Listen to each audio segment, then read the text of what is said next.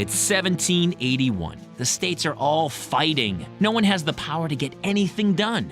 The Articles of Confederation turn out to be a blueprint for political disaster. So, what exactly were the Articles? Many of us vaguely remember them as America's original Constitution, the flawed prototype for our federal government, right? No one thought of them as a constitution. The states had constitutions because the states were the sovereign entities. The Articles were explicitly designed to have a weak central government and very strong state governments. Under the Articles, the 13 original states aren't states as we know them today, but more like independent sovereign nations. There aren't 3 branches of government like we have today either.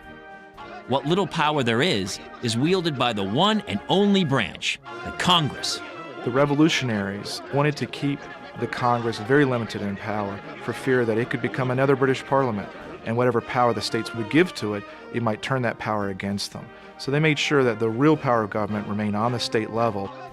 Instead of passing laws that the 13 states must obey, the most Congress can do is ask pretty please. The biggest disaster in this flawed system is the economy.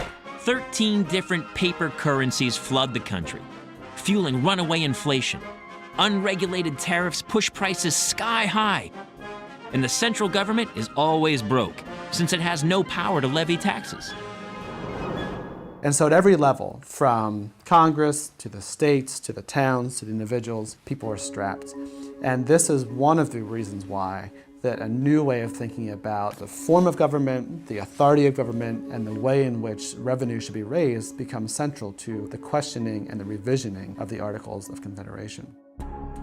But for those Americans desperate for food and jobs, a debate about fixing the government isn't enough. They want to take the whole thing down. In 1786, a former captain in the Revolutionary Army, Daniel Shays, leads a mass revolt against the government and attacks the Federal Armory in Massachusetts. It takes the battle-scarred Massachusetts militia to finally put down the rebellion. But a new wave of uprisings seems like a sure thing, unless Americans can come together and agree on how to run the country. So the first government said something has to be done. We either have to strengthen or replace the Articles of Confederation with something that is more workable and not as weak.